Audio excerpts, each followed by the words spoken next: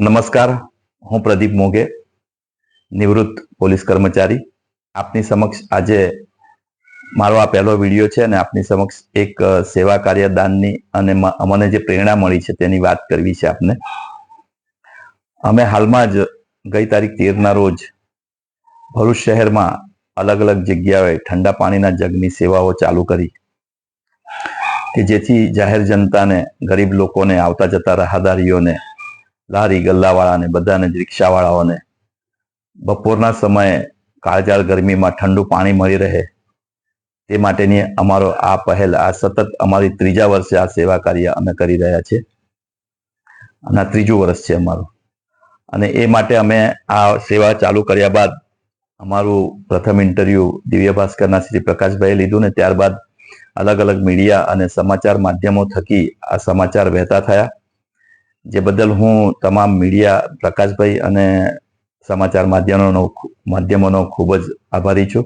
અમારી ટીમ પૂર્ણ, અમારા પોલીસ કર્મચારીઓ, રિટાયર્ડ, બધા જ અમે આભારી છીએ આપના.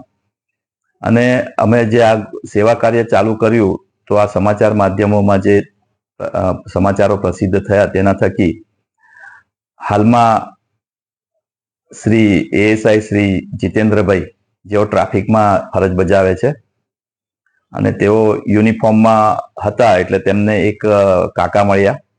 કાકા તો નહીં પણ હું એમને સર જ કહીશ હવે તો, કારણ કે તેઓ એસબીઆઈમાં ડેપ્યુટી મેનેજર તરીકે નિવૃત્ત થયા છે. તેમની ઉંમર લગભગ 80ની આસપાસ છે અને તેમનું નામ છે મહેશભાઈ રામકૃષ્ણ પંડ્યા.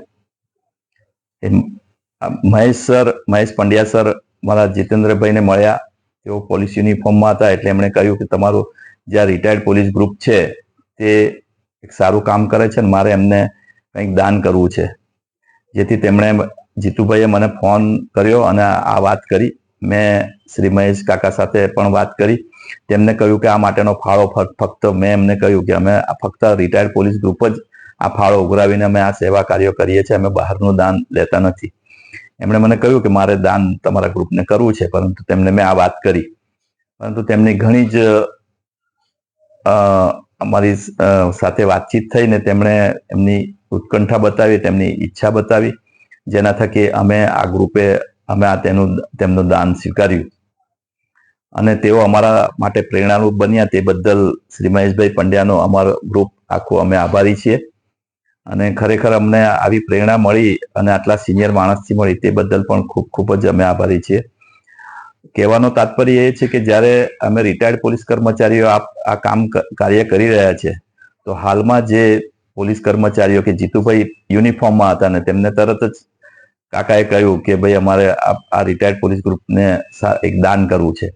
એટલે કે જ્યારે પોલીસ કોઈ પણ સારું કાર્ય કરતી હોય છે તો લોકો પણ તેનાથી પ્રેરાતા હોય છે અને તેમને તેઓ પ્રેરણા આપે છે અને સાથ પણ આપે છે, પોલીસને સાથ સહકાર પણ આપે છે અને પોલીસના કાર્યોમાં સહભાગી પણ થતા હોય છે. તો આજ મારી આજની વાત હતી. તો ફરી પાછો ખૂબ ખૂબ આભાર. નમસ્કાર, જય હિન્દ, જય ભારત.